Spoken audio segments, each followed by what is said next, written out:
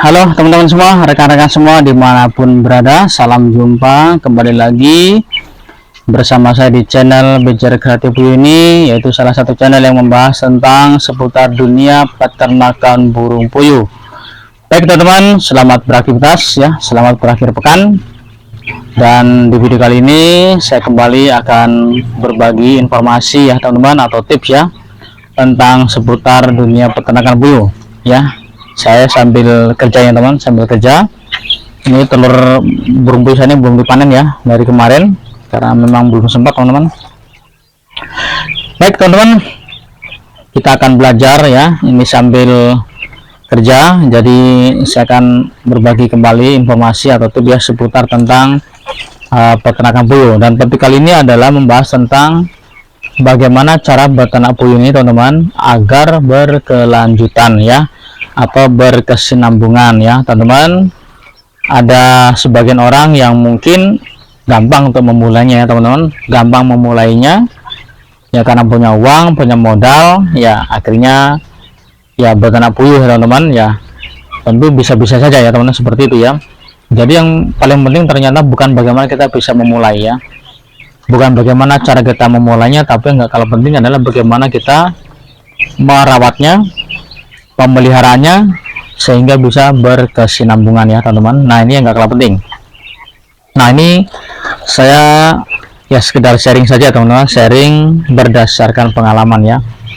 Jadi teman-teman, saya sebelum beternak puyuh ini ya, awalnya saya berkunjung ya, saya berkunjung ke tempat kawan yang memang beternak puyuh ya, sambil bertanya-tanya ya, sambil ya mencari informasi ya seperti apa ya tentang dunia peternakan puyuh ini ya, seperti apa teman-teman. Jadi kita harus tahu dulu ya.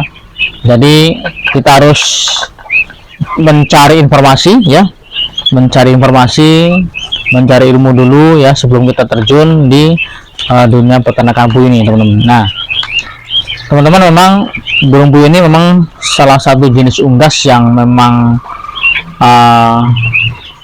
bagus ya untuk diternakkan ya, untuk dibudidayakan ya teman-teman. Apalagi di sekitar kita belum ada yang buat ternak puyuh, itu berarti menjadi peluang ya, atau artinya ada peluang usaha yang bisa kita kerjakan teman-teman. Nah teman-teman, ini berdasarkan pengalaman. Jadi saya mencari ilmu, menggali informasi ya, dan ternyata saya pelajari di tengah-tengah lingkungan di mana saya tinggal tuh belum ada yang budidaya burung puyuh teman-teman. Berarti itu satu peluang yang bagus yang perlu kita pikirkan ya untuk beternak burung puyuh. Nah teman-teman, ini saya belajar dulu ya. Jadi awalnya kita perlu belajar dulu ya. Nah mungkin di teman-teman ada yang pelihara puyuh ya, cari informasi, teman-teman bisa berkunjung ke sana ya, bertanya-tanya ya bagaimana tentang dunia peternakan puyuh ini ya teman-teman. Maka ketika teman-teman mengerjakan sendiri ya, tentu teman-teman sudah punya bekal ya, sudah punya bekal, sudah punya ilmunya ya, sudah paham. Maka teman-teman ketika beternak ya tentu akan bisa berkesinambungan ya, berkelanjutan, tidak berhenti di tengah jalan, atau ada istilah ya gulung tikar ya teman-teman. Nah kenapa peternak ada yang gulung tikar? Karena memang waktu kita beternak mungkin awalnya aman-aman ya teman, sebulan, 2 bulan, 3 bulan, 4 bulan aman ya teman-teman, wah senang ya. Tetapi di tengah-tengah jalan menemui masalah, menemui kendala ya teman, ada kendala. Nah mungkin berhadapan dengan ya penyakit ya, padahal sebetulnya burung puyuh ini memang sangat resisten dengan penyakit ya teman, artinya tidak mudah terserang penyakit ya dibandingkan dengan ternak unggas lainnya seperti ayam. Nah tapi kalau kita sudah paham ya teman-teman, sudah paham ya bahwa kita juga nanti akan menghadapi masalah-masalah seperti ini ya, seperti itu, kita sudah paham, maka kita bisa mencegahnya, kita bisa mengatasinya teman-teman. Nah ini saya sudah hampir 2 tahun ya teman, sudah hampir 2 tahun saya tekuni, dan sampai hari ini ya semuanya masih berjalan dengan baik ya. Ini telurnya teman, ini telurnya lumayan teman. Jadi satu hari sudah, ini per 1000 ekornya satu hari 10 kilo ya teman, 10 kilo satu hari, berarti sekitar 900 butir ya teman. Nah ini telurnya normal ya, ini telurnya normal semua teman. Nah ini jadi telurnya normal semua.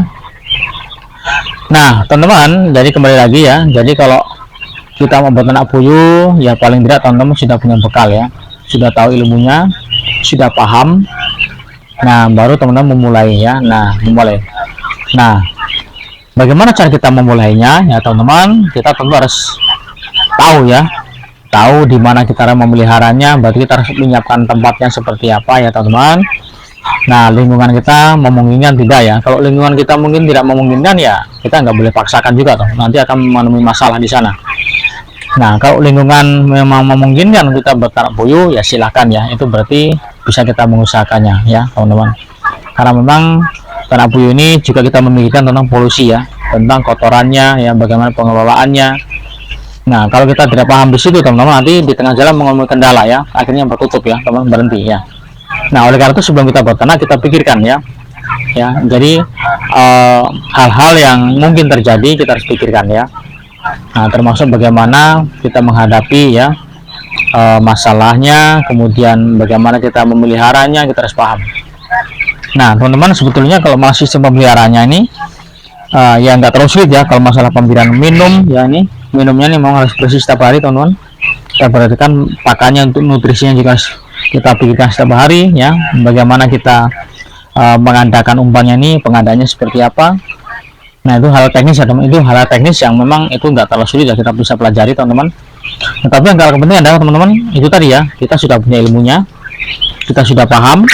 Setelah itu kita tahu bagaimana sistem manajemennya ya, pengelolanya seperti apa ya teman-teman. Nggak kalah penting adalah kita harus membuat semacam ya sistem pengelolaan ya, seperti manajemen ya, administrasinya.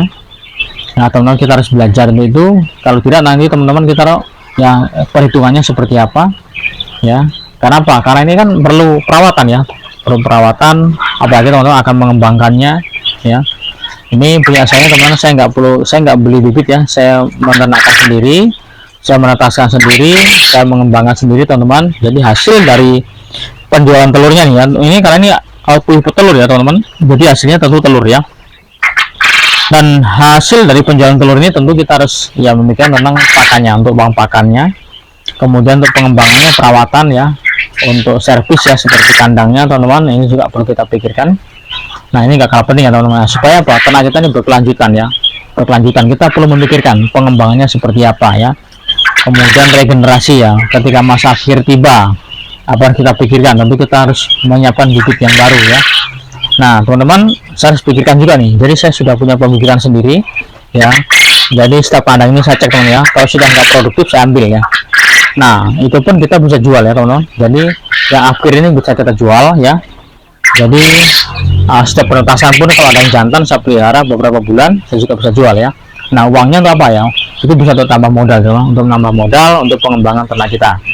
Nah supaya apa teman-teman, supaya ternak kita ini berkelanjutan ya, berkelanjutan ya, terus berkembang dan semakin berkembang.